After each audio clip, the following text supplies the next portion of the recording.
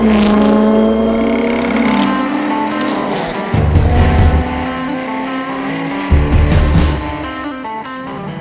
is the SVF1. It's one of the most brilliant experiences I've ever had in the car.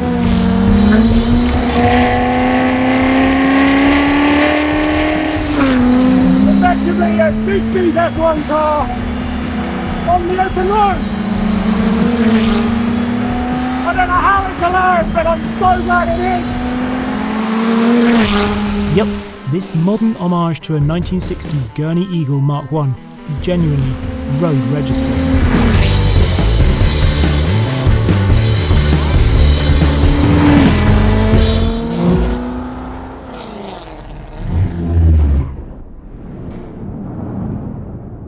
This episode is driven by Hagerty, who, in case you don't know, provide car insurance that's designed by enthusiasts for enthusiasts. So, if you have a special car that you don't drive every day, like one of these perhaps, then take a trip to hagerty.com/Henry. Or pick up the phone, give them a call, and speak to a like-minded enthusiast about a quote. The brilliant thing about this is that you get into it and straight away you get the experience you want. The look of it, the aesthetic, and these dials here, the wheels there, the central position, it all puts you exactly in mind of being Dan Gurney or Jim Clark. And the feel as well, the steering is just so exciting, it's so quick. It darts around, you feel every little camber change. The throttle responds instantly, and boy does it have the performance. The car only weighs around 700 kilos or 1,600 pounds, yet it has 515 brake horsepower and 460 pounds-feet of torque going to the rear wheels from its 6.2 litre naturally aspirated V8. And when you do start to use the performance, the brilliant thing is that it's not just all show and then terrifying when you go. It actually handles as beautifully as it looks. It's actually really painful, that good steering helps you. Now by this point, you probably have quite a lot of questions. And in order to understand this car, I think you need to meet the man who owns it, Neil Ferrier.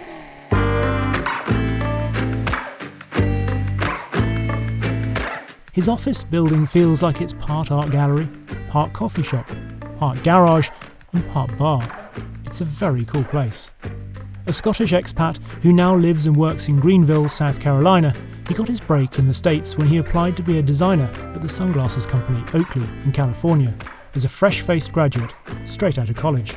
Boy, was I thrown in at the deep end. I was working with US Delta Force within 4 months of starting at Oakley. It was terrifying and amazing because we were doing something very, very worthwhile. But it was not what I thought my engineering trajectory would be. Yeah. I asked for the deep end and they kicked me in. Today he owns and runs his own company, Discommon, an industrial design firm that has done some pretty interesting projects. There are some shoe things and some car things, and but it also houses two projects. One which has never proceeded forward and is one of my biggest pain points, which is a driving shoe that we put a massive amount of time into, and I don't think the company is clearly marked there, so that's fine, but they decided not to go forward with it, and that was probably one of the biggest heartbreak projects I've ever had. Every element of this as a driving shoe was considered. And then on the full other scale of it, which was us as a design firm and somebody that manufactures bespoke items, the truest collision we've ever had was what ended up being a close to 50-foot long sculpture of the Concorde, which is suspended in the ceiling of the 8th floor restaurant in the Peninsula Hotel in London. And this is one of these like generational projects that we look back on and we were already laughing, like, did we really do that?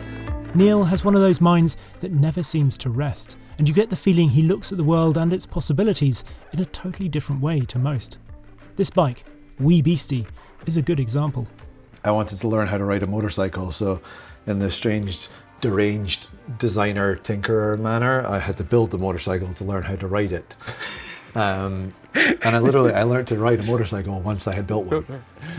So it was 3 years to learn how to ride a motorcycle because I had to build a bike from scratch. He obviously has some more cars as well, including a beautiful Lancia Delta Integrale Evo 1. This is the secret door into my playroom. If you thought the office was a mess, this is more of a mess. But every mad scientist needs a space for all of the stuff to happen. Yeah. So this is essentially the 3D printing room. That is a quarter-sized T-Rex skull. As you do. For my son, I actually got data from the Natural History Museum of a very famous T-Rex, like one of the best skulls found. So I've been printing this and it's now getting all bone doing agent on it and stuff. This will end up being a very cool skull for my son. They have perks. These are prototypes for a huge sculpture that's going in Hong Kong. These will be almost 15 feet across when they're finished. So we're just doing a small scale to look at the surfaces. Yeah. But this is my sanity. I have to spend time in here because we're expected to be creative for clients all the time. So I'm just often in here tinkering to keep my mind going. Like this is absurd, but it's fun. This is an artist, Piggy Banks, that I collect their work, but the work is small. And I thought, well, it'd be really fun if I had a hand holding it. So one of our sculptors starts working digitally on, this is based off of a Schumacher glove. Also, it's not just any hand. This is good. No, this is based off of an 05 Schumacher Ferrari glove holding a piece of Lewis Hamilton art. So, out of this insatiable creativity have sprung beautiful bags, sculptural bottle openers, delectable divot tools, and innovative watches for children, young and old. All of which somehow contrive to meld form and function like the very best cars. Talking of which, when did you first have the idea to do a 60 Formula 1 car on the road? I was working at Oakley in the design team, and like all of us, bleed gasoline. So I always parlayed Oakley stuff into car stuff. And I was daily driving an Ariel Atom at the time in Southern California, daily driving, and I had a good relationship with Magnaflow. And Rich, who was the head of R&D at Magnaflow, said, there's this madman just down the road from Oakley. He used to work for the RCRO off-road team, but he started his own engineering shop, and he's building a Formula 1 car. And I want you to come down and see it because you'll be able to help with some parts, or it'd be cool to do some design parts for it. And I met Joe Scarbo, who built the car at the time, and this is over 10 years ago, and he was building a Ferrari 312 for himself, his own take on a 312. Yeah. And he was just doing the most manic set of headers I'd ever seen. So that engine had a Ferrari 355 V8, and he was getting to, that was a 1/64th of an inch equal length headers, and Magnaflow were trying to help him do an 8-into-1 collector for it. And I just was in love immediately. And I was a bit mischievous about the old school Cars and Coffee at the time. We used to had friends with a lot of different cars, and we used to definitely drive some not legal stuff to Cars and Coffee, taking it out of trailers and stuff like that nearby. And I convinced Joe to let me drive that once he finished it to Cars and Coffee in Irvine. And as soon as the terror I felt as soon as I was behind the steering wheel, but also the freedom of seeing the wheels on a road.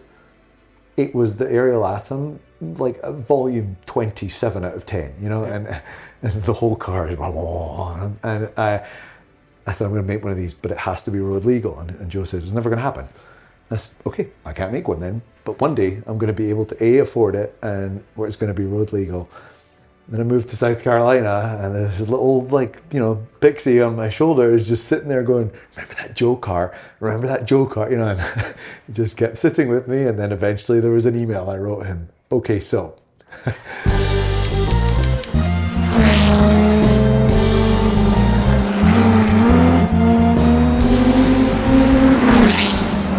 can have it teaching from different factors like the whole time.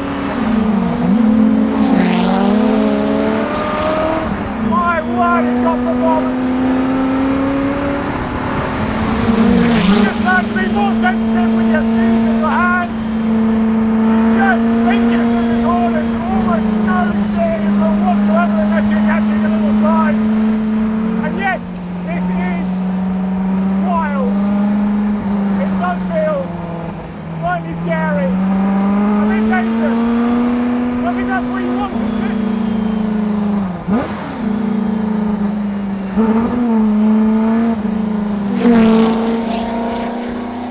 really does feel crazy in amongst traffic, particularly with the scale of vehicles in the US. Trucks towering overhead, people peering down, axles on your eye line. On a road like this though, it's where it comes alive. To be honest, this is what the Nürburgring would have been back in the days that these were racing in the 60s. No barriers, just trees. Circuits back then were much more like roads. So in some ways this is absolutely rightfully at home here.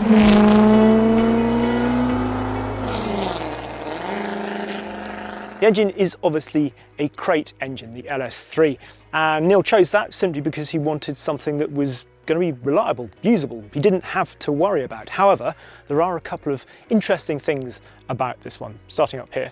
So these trumpets originally were proper trumpets, but it was a little bit tricky to tune, so they designed this airbox.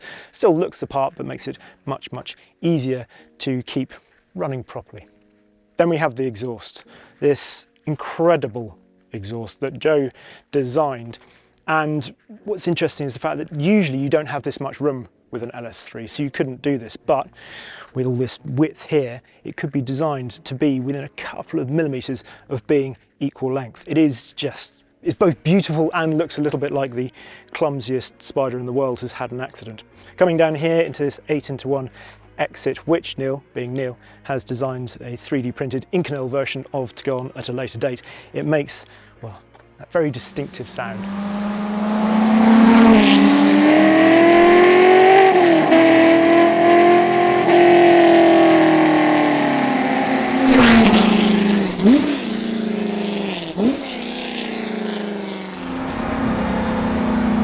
Mechanically, it doesn't feel that difficult to drive either. The gearbox is beautiful. It's from a Porsche 981 Boxster, so it's one of the best 6-speed shifts ever. It's so smooth. It combined with perfectly placed pedals, really responsive throttle, heel and toe, the throttle. You feel beautifully suspended in the middle of the car as well. I love that feeling of sitting in the suspension tunnel. And actually, it works over bumps. There's a real flow to it. It's not a sort of, it's not a piece of cord going down the road. It's nothing your teeth at all. But working on the road and being road legal are two very different things. So how on earth did Neil manage to get a number plate on it? Basically, I built a kit car, but things need signed off in South Carolina as having headlights, taillights, blinkers, a light over the license plate, a myriad of things. But I did realize it was a built-in leniency for there's a fantastic hot rod culture here, and people will say, well, you don't have mud flaps or you don't have wheel covers. Well, neither does a 27 Ford Roadster, or any iterations of Chevy trucks that are back from the 30s and 40s eras that have been hot rodded. So there is leniency to vehicles that were created. But I very carefully, like a good engineer, learnt the boxes that needed to be checked, and gleefully demonstrated to the gentleman that I had to have this inspected to. No, there are headlights. Yes, it has full beams. Honk, honk. Here's the blinkers, Was there an awful lot of sort of just shaking heads? At one point in time, he just said, I don't even want to stop this from happening because it's so brilliant. The eagle-eyed amongst you will naturally have spotted that this is an homage to perhaps the most beautiful F1 car of all time, Dan Gurney's Eagle Mark I. For any of you that aren't familiar with Gurney, he was not only an incredibly quick and smooth driver in everything from a NASCAR to a single-seater, he was also quite the pioneer. He was the first to wear a full-face helmet. The aerodynamic Gurney flap was his invention. He was the first driver to spray champagne after a race when he won Le Mans with AJ Foyt. And in the same year, 1967, he became the only American to win an F1 race in a car designed and built in America, when he and the Eagle Mark I crossed the line first in the Belgian Grand Prix at Spa. Given that Gurney and Brock Yates also won the first edition of the infamous Cannonball Run in 1971, I think he'd approve of the slightly renegade SVF1. The nose on this hand-beaten body is obviously what makes it so distinctive, what makes it an eagle, this fabulous beak shape here. And hidden in there are the lights. They're on a 3D printed bracket which is made of carbon reinforced nylon apparently. Despite being much taller than the average 60s F1 driver, I am really comfortable in here. They've given it extra room so that I've got a bit of elbow room in here. And the seat's really comfortable as well. Lovely reclined position. Backside scraping the tarmac. The car is full of myriad little touches that really elevate it to the level of something that is so much more than just a $250,000 party piece or a bit of whimsy. It's a bit like, I don't know, buying a castle, but also then discovering the castle as well as the old flagstone floors and suits of armour, and some Wi-Fi and an electric blanket and an induction hob. I was, I'm happy to admit, a bit nervous when I first got into the SVF1. Was this really a good idea? But by the end of the day, I was absolutely smitten. Yes, you can get a little bit of a feeling of this with a Caterham or area after, but not the central driving position, and a BAC Mono doesn't have that engine, that soundtrack.